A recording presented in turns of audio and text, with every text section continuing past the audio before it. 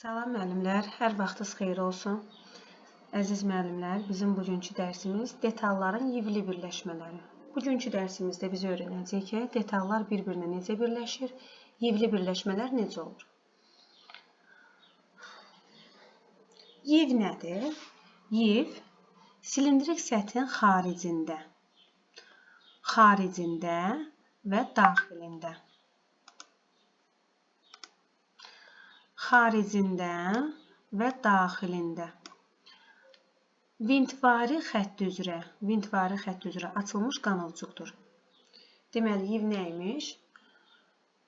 Silindrik sətdir də, düzdür? Bu özü silindrik sətdir. Bu silindrik səthin həm xaricində, həm də daxilində vintvari xətt üzrə açılmış qanovcuqdur.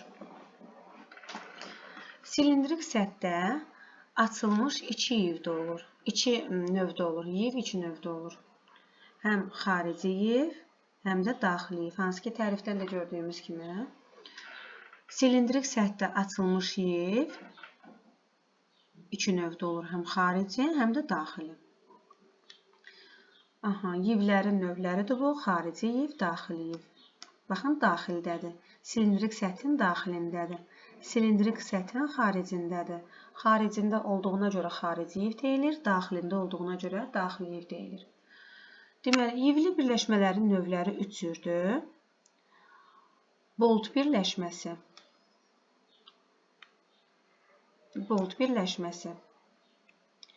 mil birləşməsi, bir də vint birləşməsi. Üç birləşməsi var. Bolt birləşməsi, mil birləşməsi, bir də vint birləşməsi. Gəlin görək nədir bu? Bolt birləşməsi, mil birləşməsi, bir də ki, vint birləşməsi. Bolt birləşməsində bolt birləşməsi olduğundan bolt var. İndi öyrənəcəyik ki, görək bolt nədir? Baxın.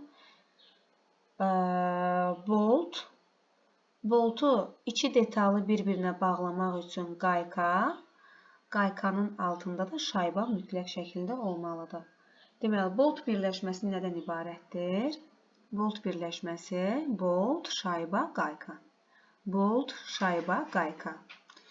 Gəlin görək mil birləşməsi nədir? Mil birləşməsi iki detalı bir-birinə birləşdirmək üçün bizə mil lazımdır. Mil. Qayka lazımdır, bir də şayba lazımdır. Eyni ilə bolt birləşməsində olduğu kimi. Bolt birləşməsində boltdur, mil birləşməsində mildir. Amma bərkidici detallar kimi şayba və qaykadan istifadə olunur.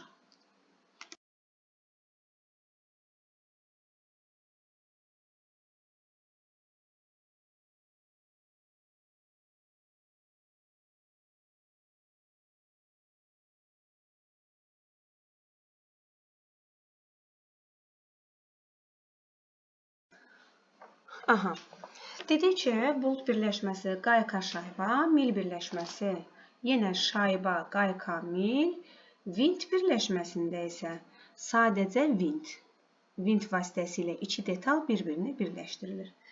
Gəlin bu slaydımıza nəzər salaq müəllimlər. Yiv nə idi müəllimlər? Yiv hansı ki silindirdir, silindrin daxilində və xaricində, baxın, daxilində buradır, xaricində buradır. Vintvari xətt üzrə qanovlar açılıb, düzdür? Qanovlar açılıbsa, bu yivdir. Deməli, yivlər iki cür oldu, yivlərin növləri iki cürdür, daxili yiv və xarici yiv. Xarici yiv gördüyümüz kimi xaricdə açılır, daxili yiv də daxildə açılır. Yivli birləşmələr üç cür oldu. Bolt birləşməsi, mil birləşməsi, bir də vint birləşməsi. Baxın, bunlar detaldır. Bu da detaldır, bu da detaldır. Bu iki detalı bir-birinə birləşdirmək üçün bolt birləşməsindən istifadə edə bilərik. Bu zaman bizə nə lazımdır? Şayba və qayka.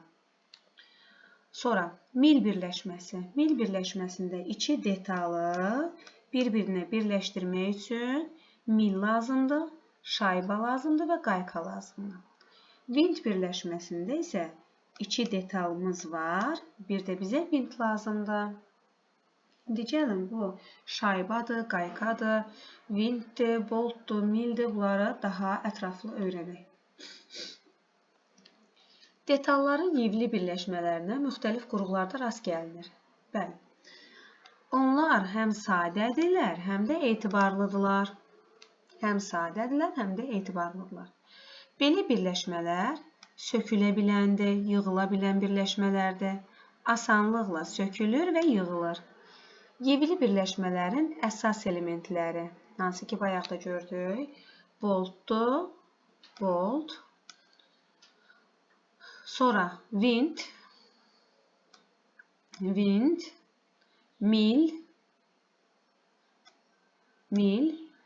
qayka və şayba. Deməli, yivli birləşmələrin əsas elementləri hansılardır? Yivli birləşmələrin əsas elementləri qaykadır, mildir, vintdir, şaybadır və qaykadır. İndi gəlin baxaq, bolt birləşməsində bizə nə lazım oldu?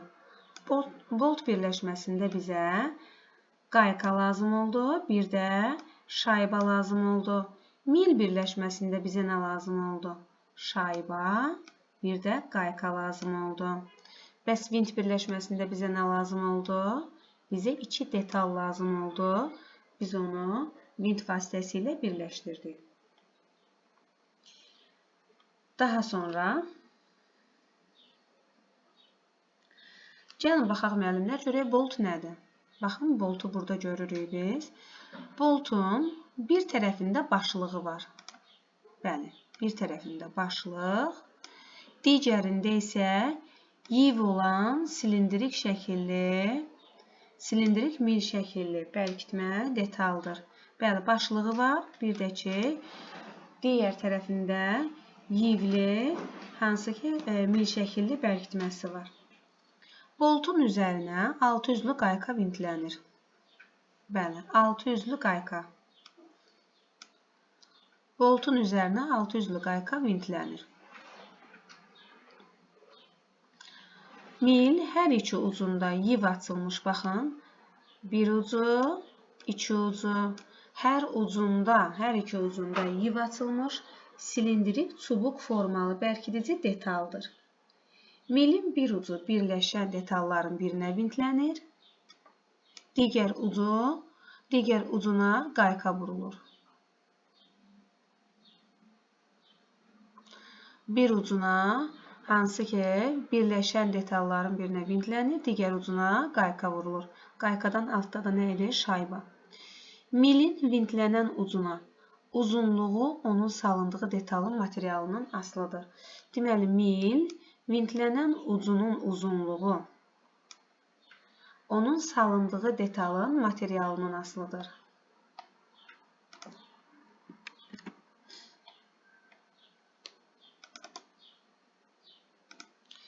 Gəlin baxaq burada.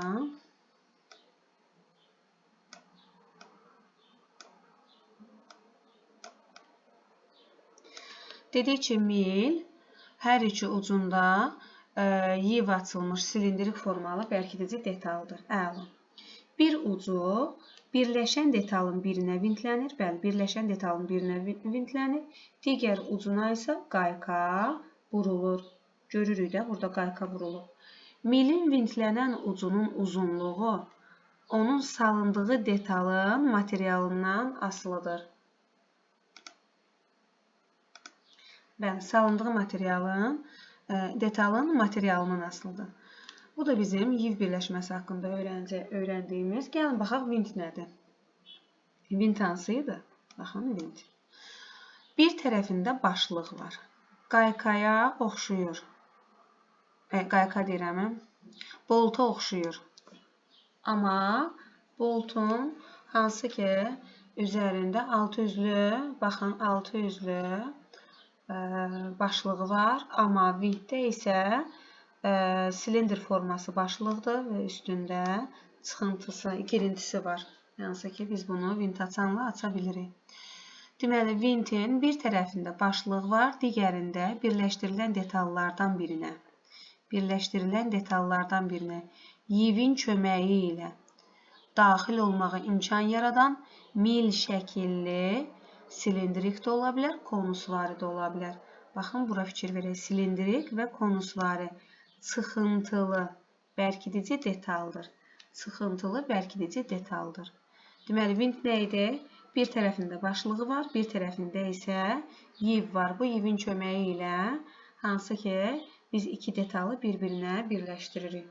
Gəldik şaybaya. Şayba. Yəni şayba. Baxaq. Bəli, C şəklində olan, bax, bu şaybadır. İki tərəfi açıq deşiyi olan disk şəkilli detaldır. Bəli, iki tərəfi açıqdır. Bəli, disk şəkillidir. Bəli. Onu qaykanın və boltun başlığının altına yerləşdirirlər. Gəlin baxaq, deyir ki, boltun və qaykanın. Bəli, həm bolta birləşdirə bilirik, həm də ki, qaykanın başlığının altına yerləşdiririk. Onların dirəndiyi səthin sahəsi böyüsün və ya sıxılan zaman birləşdirilən detalların səthi cızılmasın. Deməli, şaybanın məqsədi nədir? Hansı ki, qaykanın və ya boltun başlığının altına yerləşdiririk, səth cızılmasın deyə. Səth cızılmasın deyə bir də ki, dirəndiyi səth, bax, dirəndiyi səth burada, dirəndiyi səth böyüsün. Bir də səth cızılmasın deyə biz şaybadan istifadə edirik. Bəs qayka nədir? Baxın, qayka budur. Qayka deşiyi və daxilində yivi olan detaldır. Bəli, deşiyi var. Daxilində də yivi var. O detalların bolt və mil birləşmələrində tətbiq edilir. Bəli, mil birləşməsində var. Bəli, bolt birləşməsində var. Bəli. Gəlin görək bu slaydda nə öyrəndik. Müəllimlər, hansı ki, bir tərəfində başlığı var, digər tərəfində yivi var. Başlığı altı üzlü başlıqdan ibarətdir. Sizdə söhbət hansından gedir? Bəli. Başlığı var, altı üzlü başlığı var, bir də ki, yivi var, düzdür, boltdur. Sonra, iki tərəfə açıq deşiyi var, bir də disk şəkillidir. Söhbət hansı birləşmə üsulundan gedir? Şayba, bəli, şaybadan söhbət gedir. Həm deşiyi var, həm də daxilində yivi olan detaldır. Söhbət nədən gedir? Deşiyi var, bəli, baxın, söhbət bundan gedir. Bir də daxilində yivi var, bəli, söhbət qaykadan gedir. Sonra, hər iki tərəfində, hər iki ucunda yiv var. İki detalı bir-birinə birləşdirə bilirik. Söhbət nədən gedir? Hər iki ucunda yivi var. Bəli, söhbət mildən gedir. Sonra, bir tərəfində başlığı var, digər tərəfində isə yivi var. Bax, altı üzlü başlıq demirəm, ha. Sadəcə başlıq deyirəm. Bir tərəfində başlığı var, bir tərəfində də yivi var. Bəli, söhbət vintdən gedir. Ümidvaram ki, burada çətinliyimiz qalmadı. Gəlin baxaq. Burumların istiqamətinə görə. Burumların istiqamətinə görə yivlər iki cür olur. Baxın, A şəklində sağ tərəfə burulub, buna sağ yiv deyirlər. Burumuna görə deyirlər də, yəni burumuna görə sağ yivdir. Sol tərəfdəki isə sol tərəfə burublar. Olub sol yiv. Burumların istiqamətinə görə yivlər iki cür olur. Sağ yivlər və sol yivlər. Sağ yivli qayka və ya vint saat əqrəbi istiqamətində, sol yivlilər isə saat əqrəbinin əksinə fırladılır. Deməli, sağ yivlilər, bax, söhbət bundan gedir. Saat əqrəbi istiqamətində burulur. Sol yivlilər isə saat əqrəbinin əksi istiqamətində. Bəli, saat necə fırlanır? Bax, bu formada. Saat əqrəbinin əksi istiqamətinə isə, bax, bu formada, bu istiqamətdə burulur. Elementləri nə ilə? Millimetrlə. Yəni, metrik sistem vahidində verilən yiv metrik yiv adlanır. Deməli, millimetrlə elementlər verilir. Bir də ki, metrik sistem vahidində necədir? Metrik yiv. Metrik sistem vahidində verilən yiv metrik yiv adlanır. Xarici və daxili metrik yiv M hərfi ilə işarə olunur. Xarici və daxili metrik yiv M hərfi ilə işarə olunur dedik. Sonra, məsələn üçün M18, M8, M16. Baxın, burada yivin əsas elementləri göstərilir. Gəlin diqqətlə baxaq. Yivin uzunluğu. Baxın, yiv buradan başlayıb, burada da bitib. Düzdür, yivin uzunluğu. Bu qaykadır. Qayka. Hansı ki biz milə də, daha sonra bolta da qayka bağlayırdıq. Düzdür. Sonra A dedikcə profilin bucağıdır. Baxın, daha burada profilin bucağı. 55-60 dərəcə bucaq altında olur. Bəli, görürük. 55-60 dərəcə bucaq altında olur. Bu boltun özüdür. Boltdur. Bu qaykadır dedik. Daha sonra D2 D nə idi? Ümumiyyətcə D diametri idi. Düzdür. Burada dərinliyi dedik ki, dərinlik.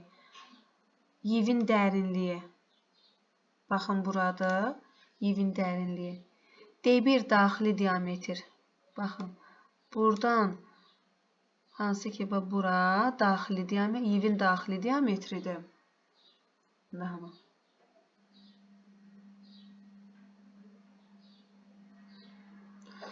D3 isə xarici diametridir. Baxın, buradan bura kimi xarici diametrdir. Buradan bura kimi isə daxili diametrdir. Qoy bunları silim, yenidən göstərim.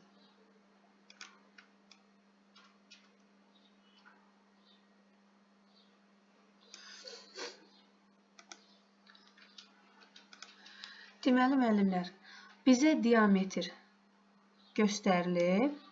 D2 nədir? Orta diametr. Yəni, qaykanın orta diametri.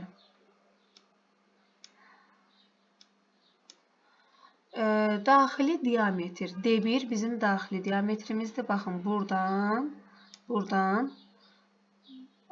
baxın, bura kimi. Daxili diametrdir D1. D2 orta diametrdir.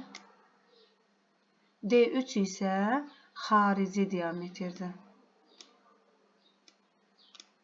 Dərinliyimiz də, müəllimlər, baxın, hansı ki bunun girintisi, çıxıntı, girintisi nə qədərdirsə, dərinliyi o qədərdir. Profil bucağı da ki, 55 dərəcə, 55-60 dərəcə, yəni metrik yivdə 55-60 dərəcə olur. Bu da bizim boltumuzdur, bu da qaykadır. Deməli, biz daxildə və xaricdə yiv açırıq da, düzdür. Xarici yivin açılması üçün, baxın, xaricdə yiv açır. Xaricdə yivin açılması üçün pafta ilə, pafta saxlayandan istifadə edirik. Pafta budur. Baxın, M6 qeyd olunub ki, hansı ki biz dedik metrik yivi göstərir də, bunun M-i düzdür. Metrik yivi M6-dır. Deməli, pafta iki tərəfi açıq deşikli olan və kəsici kənarları T-yə əmələ gətirən yiv açan qaykaya oxşayır. Karandaşınızı götürün. Pafta budur. İki tərəfi açıq deşikli olan, bəli, həqiqətən də iki tərəfi açıq deşiyi var. Kəsici kənarları T-yə əmələ gətirən. T-yə nə idi? Hansı ki, bıçağın tiyəsini biz görmüşük, iskələnin tiyəsini görmüşük. Deməli, kəsici kənarları T-yə əmələ gətirən yiv açan qaykaya oxşayır. Baxın, yiv açan qaykaya oxşayır. Və möhkəmləndirilmiş karbonlu xüsusi alət poladından hazırlanır. Pafta nədə bərkidilir? Pafta saxlayanda. Baxın, bu pafta saxlayandır, bu onun dəstəyidir, bu da ki, paftadır bunun daxilində. Bunun vasitəsilə biz fırladaraq silindrin xaricində yiv açırıq. Paftanı kəsilən minin üzərinə vintlədikdə onun tiyələri, baxın, tiyələri səthə batır və vintli xətt, yəni yiv açır. Baxın, artıq burada yivi açıb. Saat əqrəbi istiqamətində fırladaraq yiv açır. Yaranan metal yonqarları deşikdən çıxır. Baxın, burada deşikləri var, burada da bunun kəsici hissələri var. Aydın görünmür burada. Deməli belə, gəlin bu slaydımıza baxaq. Xarici yivin açılmasında bizə nə lazımdır? Pafta ilə pafta saxlayan lazımdır. Deməli, paftanı pafta saxlayana yerləşdiririk. Pafta, hansı ki, söhbət bundan gedir. Nədən ibarətdir? İki tərəfi açıq deşiyi olan, kəsici kənarları olan, hansı ki, biz onu saat əqrəbi istiqamətində tiyəsi ilə yiv açan qayqıya oxşayır. Həm möhkəmləndirilib, həm karbonludur. Bir də xüsusi alət poladından hazırlanmışdır. Paftanı biz harada bərkidirik? Paftanı bərkidirik pafta saxlayanda. Deməli, silindrik detalın üzərinə qoyduqda, saat əqrəbi istiqamətində fırlatdıqda onun tiyələri hansı ki, milə batır və başlayır neynəməyə?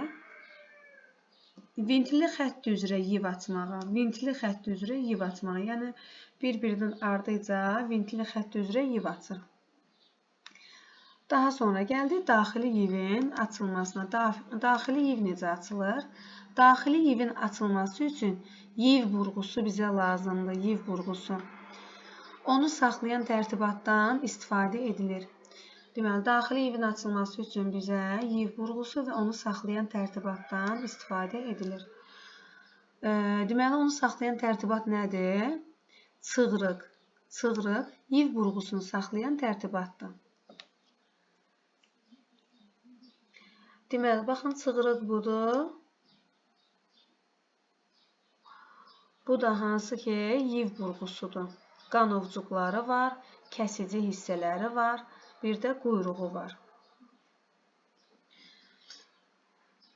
Dəstəklərdir, bir də çığırıqdır. Çığırıqda biz yiv burğusunu yerləşdiririk və baxın, detalın daxilinə salaraq başlayırıq neynəməyə. Baxın, bunun hansı ki, dördkünc səhv eləmirəmsə hissəsi var. Onu biz çığırıqda yerləşdiririk və detalın daxilinə salaraq biz neyləyirik? Daxili yivi açırıq. Deməli, belə. Daxili yivi necə açdıq müəllimlər? Hansı ki, yiv burğusunu biz çığırığın daxilinə yerləşdiririk və onu da saat əqrəbi istiqamətində fırlatdıqda neyləyirik? Daxili yiv açırıq. Saat əqrəbi istiqamətində fırlatsaq, hansı yiv alınacaq? Sağ burumlu yiv alınacaq.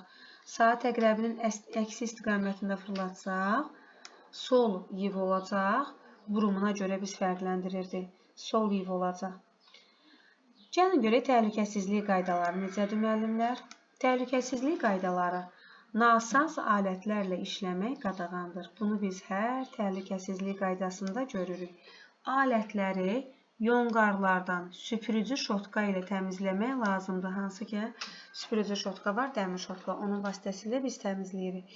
Əlləri kəsici alətlərin iti kənarından qorumaq lazımdır. Bu bizim ilk mövzumuz. Demək olar ki, çox da çətin mövzu deyildi.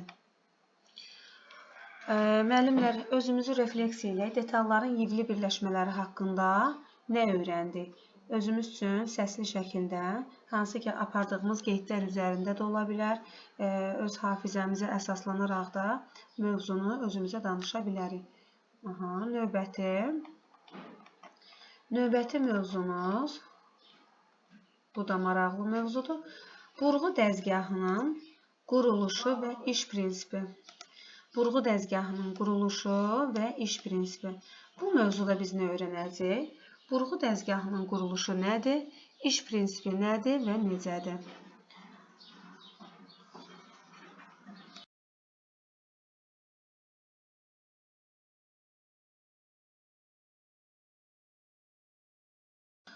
Burğu dəzgahı ən sadə quruluşa malik olan, geniş yayılmış metal kəsən dəzgahdır.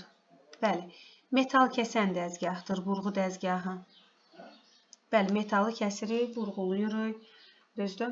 Bu dəzgah müxtəlif materialların emalı üçün nəzərdə tutulmuş texnoloji maşındır. Bunu biz əvvəlki mövzumuzda keçmişdik ki, torna dəzgahıdır, burğu dəzgahıdır, ştamplama dəzgahıdır. Yəni bunlar texnoloji maşınlara aiddir.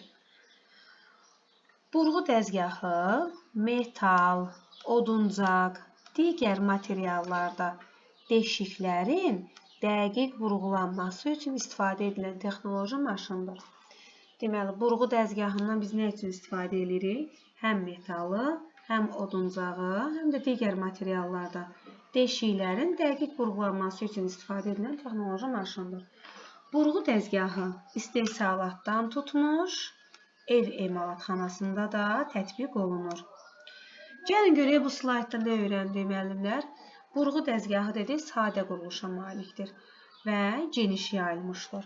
Eyni zamanda da müəllimlər metal kəsən dəzgahdır. Bunu unutmayaq, testlərdə də düşür. Burğu dəzgahı hansı maşınlara aiddir? Burğu dəzgahı texnoloji maşınlara aiddir. Bəs nədə istifadə edirik? Metaldır, oduncaqdır, digər materiallarda biz burğular açırıq. Bəs deyək ki, burğu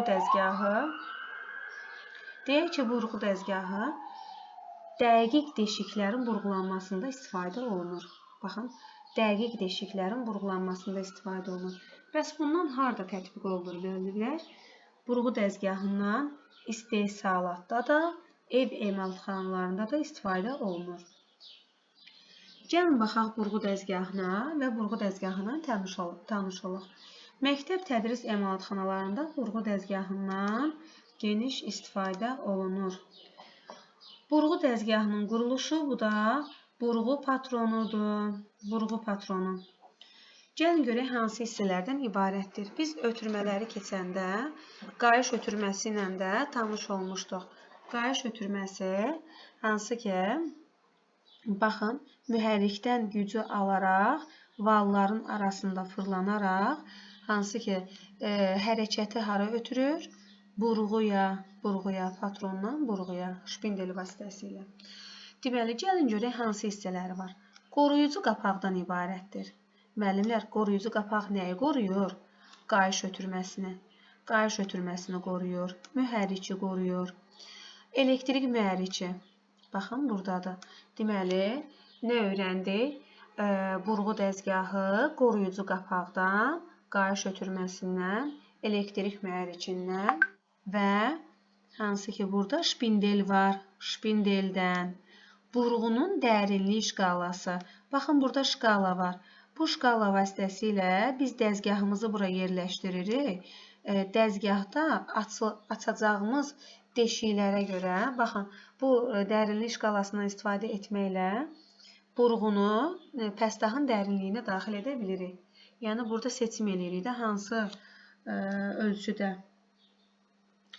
Sonra, bura kimi nə öyrəndik? Öyrəndik ki, qoruyucu qapağı var, elektrik mühərriki var, qayış ötürməsi var, şpindel var, bir də burğunun dərinlik şkalası var. Gəlin də ardını öyrənək.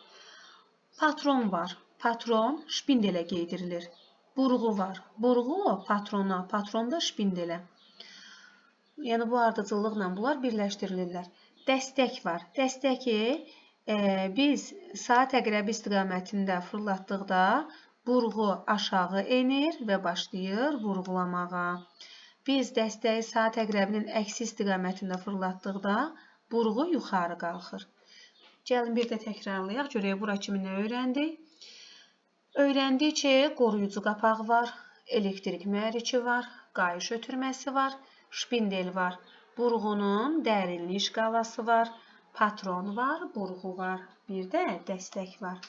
Daha sonra, pəstahı qoyacaq yer nədir? Stoldur.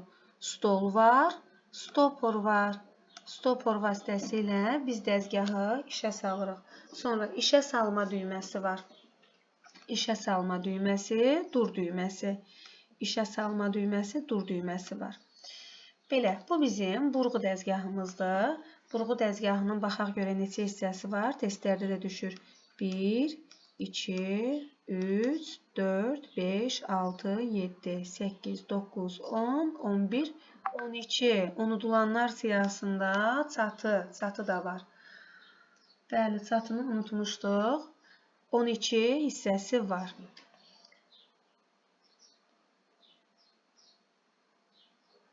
12 hissəsi var.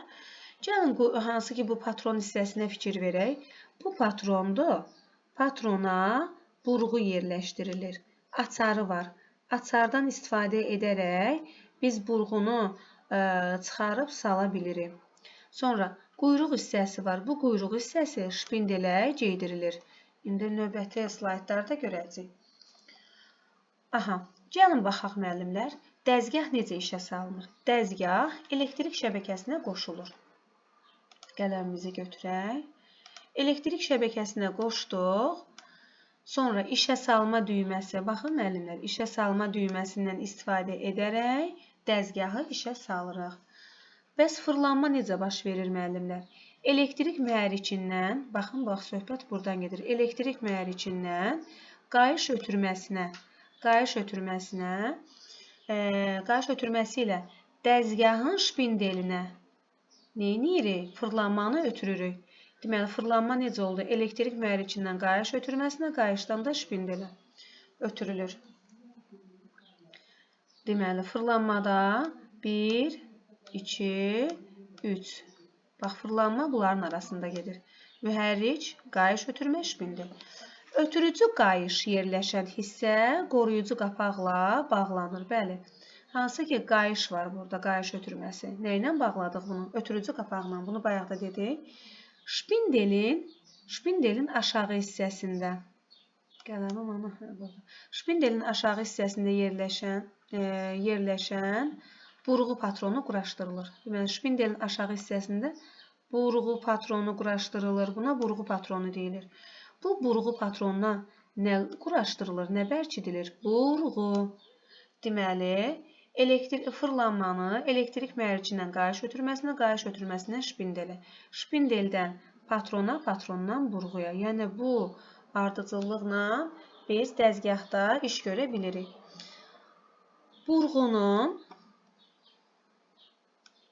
Burğunun yuxarı aşağı hərəkəti, bayaq da dedim, nəyin vasitəsilə həyata keçirilir? Dəstəyin vasitəsilə, dəstəyi fırlatmaqla biz burğunu yuxarı aşağı hərəkət elətdirə bilirik.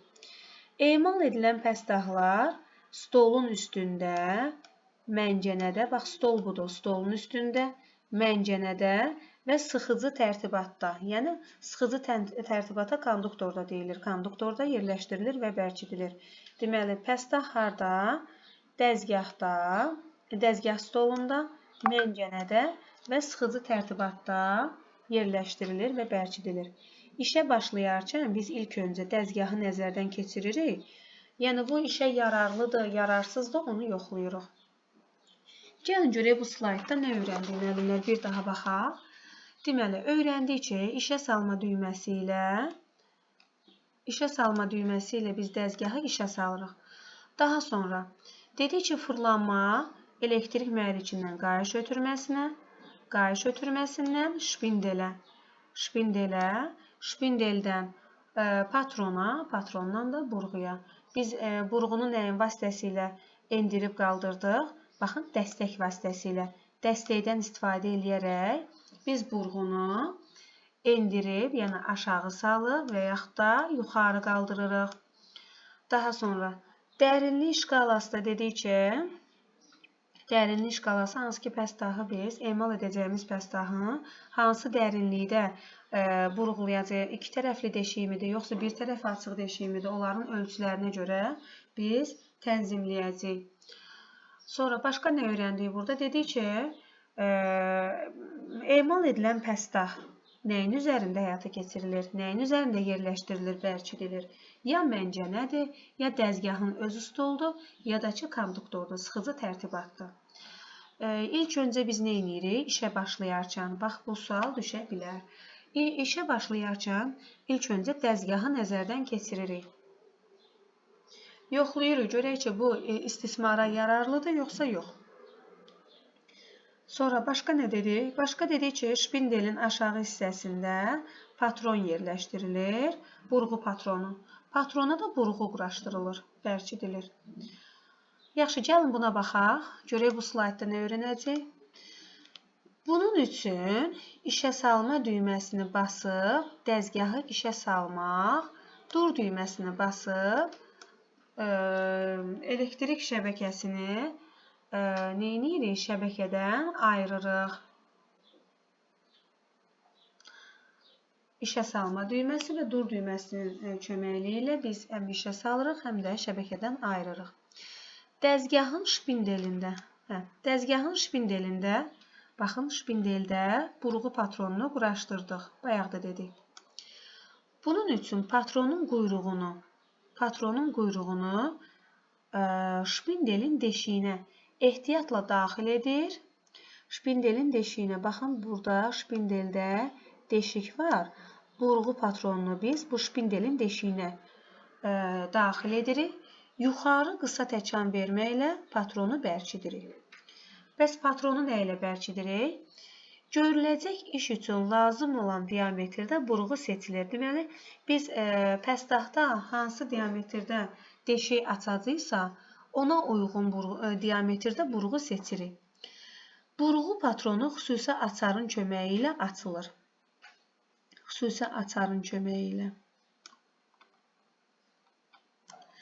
Baxın, orada da var idi şəkil.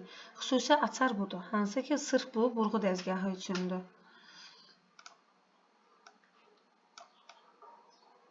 Bəli, şəkil burada da var.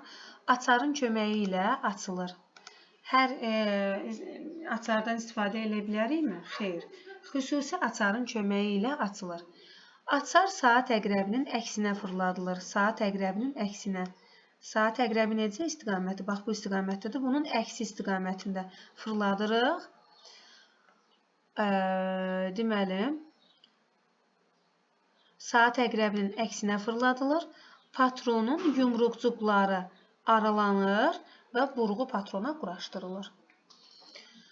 Bundan sonra açar saat əqrəbi istiqamətində fırladılaraq burğu patronda etibarlı bərkidir. Deməli, əks istiqamətdə fırlatdıq. Yumruqcuqlar aralandı, patronu yerləşdirdik. Ondan sonra patronu yerləşdirəndən sonra bərkitməliyik. Ki, patron düşüb sına bilər, düşə bilər, sına bilər və yaxud da bizim detalı, pəstahı əyri burğulaya bilər. İstifadə etdikdən sonra açar saxlanma yerinə qoyulur, itməsin deyə. Açar saxlanma yerinə qoyulur. Müəllimlər, gəlin görək bu slaydda nə öyrəndik. Dedik ki, işə salma düyməsini istifadə etdikdə burğu işə düşür. Dur düyməsindən istifadə etdikdə isə şəbəkədən ayrılır. Neynədik? Burğu patronunu şpindeldə quraşdırdıq. Düzdür? Bəs necə quraşdırdıq? Hansı ki, şpindelin daxilində deşiyi var, yuxarı təkan verməklə biz patronu şpindelin deşiyinə yerləşdirdik. Sonra xüsusi açarda, daha sonra da bizə lazım olan hansı ki, diametrdə burğu var, onu bayaq da izah elədim.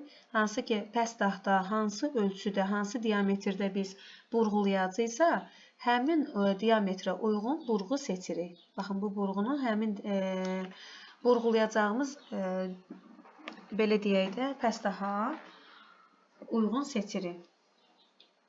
Saat əqrəbinin əksi istiqamətində fırladırıq. Niyə? Patronun yumruqcuqları aralansın. Sonra burğunu patrona quraşdırırıq. Burğunu patrona quraşdırdıq. Ondan sonra saat əqrəbi istiqamətində fırladırıq. Neyinirik? Burğunu patrona etibarlı bərkidirik. Sonra da xüsusi açarı saxlanma yerinə qoyuruq. Gəlin görək bu slaydda nə öyrənəcəyik müəllimlər?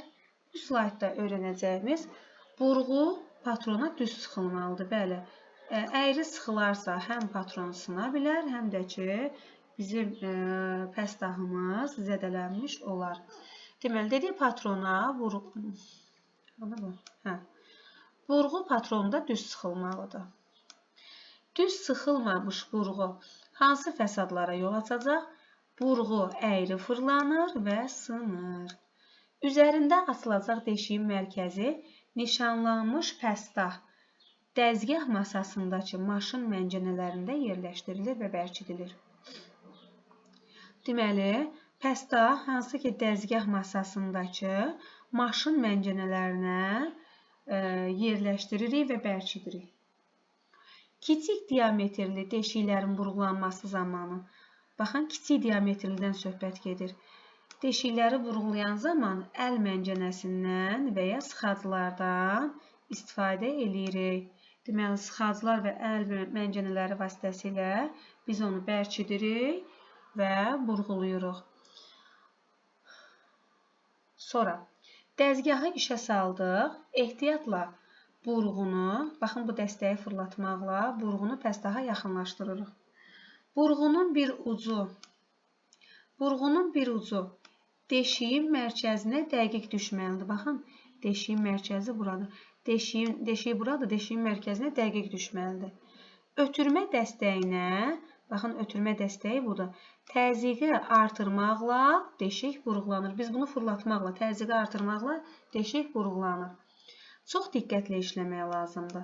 Burğulamanın sonunda, bax biz bunu drellə də öyrənmişdik. Burğulamanın sonunda və iki tərəfə açıq deşiyin çıxışına yaxınlaşdıqda ötürməni, bax bu dəstə ilə ötürmə eləyirik, bu ötürməni azaldırıq. Ötürməni azaldırıq, çünki əks halda burğunun tutulması baş verə bilər. Yəni o sına bilər. Belə, burğulamanı bitirdikdən sonra ötürmə dəstəyi əks tərəfə fırladılır. Bəli, bitirəndən sonra ötürmə dəstəyini əks tərəfə fırladırıq. Nə olur? Burğu ehtiyatla deşikdən çıxarılır. Dur düyməsini basmaqla dəzgahın işi dayandırılır. Daha sonra. Dur düyməsi də burada stopor var. Stopordan istifadə etməklə biz dəzgahın işini dayandırırıq. Deyir ki, bu slaydda təkrar eləmədik. Nə öyrəndik bu slaydda? Deməli, öyrəndiyimiz buydu ki, burğu patronda düz sıxılmalıdır. Sıxılmasa nə baş verər? Sıxılmasa, düz sıxılmamış burğu əyri fırlanır, sınır. Sonra, əgər kiçik diametrli deşiklər açırıqsa, onda nədən istifadə edirik? Əl məncənəsindən və ya sıxacılardan istifadə edirik. Daha sonra dəzgahı işə salanda, hansı ki, dəzgahı işə salanda dəstəkdən istifadə edərək burğunu pəstaha yaxınlaşdırırıq. Burğunu çıxaranda dəstəyi saat əqrəbinin əksi istiqamətində fırladırıq və burğu hansı ki, pəstahdan çıxarılır və işi bitirmiş oluruq. Sonra dedik ki, iki tərəfi açıq deşikdə və yaxud da bir tərəfi açıq deşikdə biz ötürməni hansı ki, işimizi bitirdikdən sonra yox, daha dəqiq desək, hansı ki, iki tərəfi açıq deşikdə və yaxud da bir tərəfi açıq deşikdə çıxışa yaxınlaşanda ötürməni azaldırıq. Yəni, buradakı sürəti azaldır, dəstəyə verdiyimiz sürəti azaldırıq. Çünki əks halda burğu sına bilər, burğu tutulması baş verə bilər.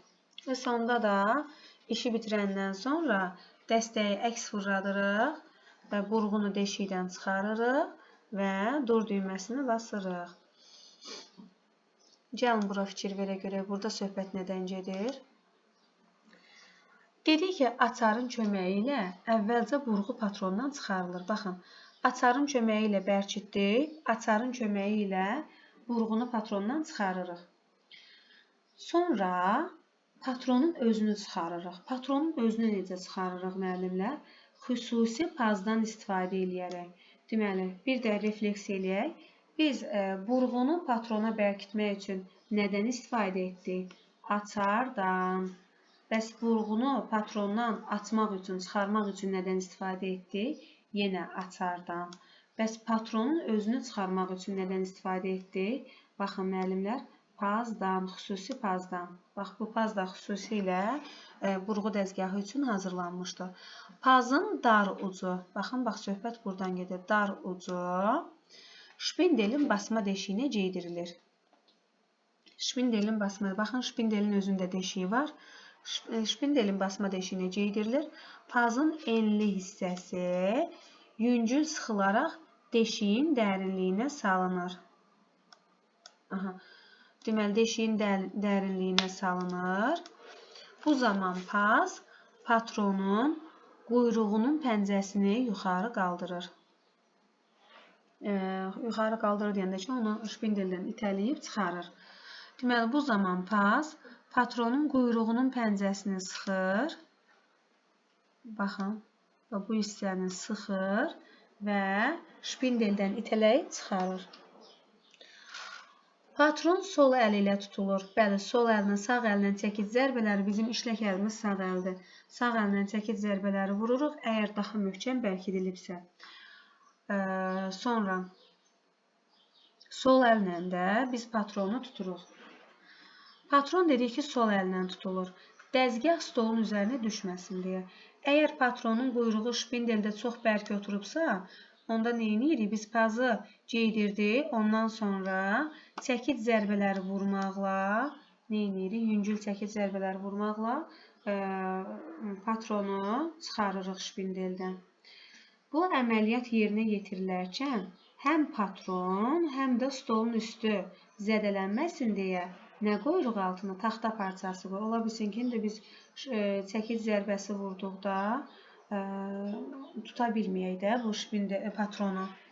Ona görə həm patronu sol əllə tutmağa cəhd edirik, həm də etibarlı olsun deyə patronu və yaxud da ki, stolun üstünü zədələməmək üçün taxta parçası qoyuruq. Burada nə öyrəndik müəllimlər? Burada öyrəndik ki, biz patronu şpindelə açarın vasitəsilə daxil edirik, açarın vasitəsilə çıxarırıq. Baxın, durğunu, patronu. Bəs patronun özünü şpindelə nəyin vasitəsilə çıxarırıq? Çıxarılmasından söhbət gedir. Burada biz xüsusi pazdan istifadə edirik. Xüsusi pazın dar ucunu şpindeldə deşiyi var, basma deşiyi, ora qeydiririk. Ondan sonra enli hissəsindəki, pazın enli hissəsini yüngül sıxaraq deşiyin dərinliyinə salırıq. Bu zaman nə baş verir? Paz, hansı ki patronun quyruğu hissəsi buradır da, patronun quyruğunu sıxır və onu şpindeldən itələyib çıxarır. Yox, əgər bu şpindel çox bərk oturubsa, onda biz çəkicdən istifadə edirik. Çəkicin köməkliyi ilə yüngül zərbələr vurmaqla, sol əlimizdəki patronun altında tutmaqla, yəni patronu tutmaqla, yüngül çəkic zərbələri vurmaqla biz nə edirik? Şpindeldən patronu çıxarırıq. Daha diqqətli iş görmək üçün patronu və ya stolun üstünü, hansı ki, biz taxta parçası qoyuruq ki, zədələnməsinlər. Gəlin təhlükəsizlik qaydalarına baxaq. Vurğulamadan əvvəl həmişə alətin düzgün quraşdırılmasını yoxlayın. Bəli, baxırıq görək, alət düzgün quraşdırılıb, yoxsa yox. Biz bunu əvvəldə də demişdik. Burğu, məncənə və ya stolun üstünü korlamasın deyə pəstahın altına taxta tirciyi və ya taxta parçaları qoyun. Bəli, bunu da indi oxuduq, indi izah etdik. Emal olunan detalları dəzgah masasında və ya tərtibatlarda möhkəm bərkitmək lazımdır. Deməli, deyək ki, biz bütün dərslərdə demək olar ki, bərkidilən hissələri təhlükəsizlik qaydasında baxırıq ki, möhkəm bərkitmək lazımdır. Detalları əllə tutub saxlamaq qəti qadağandır. Detalları əllə tutub saxlamaq qəti qadağandır. Elektrik mühərriki işləyərkən qayışları qasnağın bir pilləsindən digərinə aşırmaq qadağandır. Deməli, biz hansı ki qasnağı öyrənmişdik də nə idi? Vallar idi və onun üzərinə qayış qeydirilmişdi. Mühərrik işləyərkən qayışları qasnağın bir pilləsindən digərinə aşırmaq qadağandır. Bəli, burada cərəyan vurması ola bilər. Yonqarı stoldan və ya dəlikdən üfürmək qadağandır. Yonqarı stoldan əl ilə yox, ancaq şotka ilə yığışdırmaq lazımdır. şotka ilə, əl ilə etmirik, şotka ilə edirik. Çünki biz təkcə metalı oduncağı deyil, metalı da vurğulaya bilirik. Kövrək metalları vurğuladıqda qoruyucu eynəkdən istifadə etmək lazımdır. Bəli, bu da bizim təhlükəsizlik qaydamız olsun. Kövrək metalları qoruyucu eynək vasitəsilə vurğulayırıq. Bəli, müəllimlər, bizim bugünkü mövzumuz bu qədər. Burğu dəzgahının quruluşu və iş prinsipi ilə tanış olduq. Ümidvaram ki, mövzunu bitirdikdən sonra burğu dəzgahının quruluşu və iş prinsipi necə olduğunu özünüz üçün danışacaqsınız. Belə müəllimlər, Allah sizin açıqlığı versin. Sağ olun.